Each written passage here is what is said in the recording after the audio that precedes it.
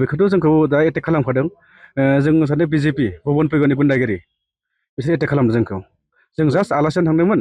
जों रावनावबो जों केम्पेइनबो गैया। जों केम्पेइननि थाङाखैमोन, जों आलासियाव थांदोंमोन, जों आलासि जानो। बिथांमोनखौ दा आं नुवाखै, आं नामखौ मोनदों। आं नामफोरखौ बुंनो हागोन। बिथांमोननि नामा मा? बिथांमोना जाबाय राजेश ताइ, ओमफ्राय सासे प्रान्जल दले। बेखौ जों बिथांमोन सासपेक्ट खालामदों आरो। सासपेक्ट, पुरा 100% सासपेक्ट। बिनिफ्राय जेनाखि घटनाया खैथासो टाइमाव जानाय?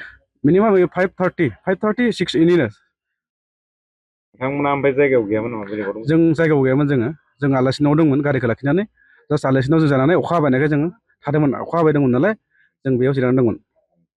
बेबायदि जिथुनाखि भुबन फैगोननि गुन्दा बाहिनीफ्रा जिथुनाखि बेबायदि खामानि मावबाय थादों, दा बिनि सायाव मा बुंगोन नों? बे गुन्दागिरिखौ जों दा गाबोन पुलिसा हमनांगौ, नाम जों होखाबाय। जुदि पुलिस हमनानै दोननांगौ, खास्ति होनांगौ। जोंबोथ' मोनसे दा जुदि जोंनो सेफटि गैयाबा जों बोरै माबा खालामनो? जों गावजों दा सेफटियानो मोनाखै दा। बेखौ हमनांगौ पुलिसा, गाबोन दिनाव हमनांगौ, बेखौ नांगौ आंनो। गारिया मा खहा जादों? गारिया खहा जानाया लुकिं ग्लास थांदों, ओमफ्राय उननि इन्डिकेटारा बायदों, ओमफ्राय मेन सिसायाव अन्थाइ खुबैदों।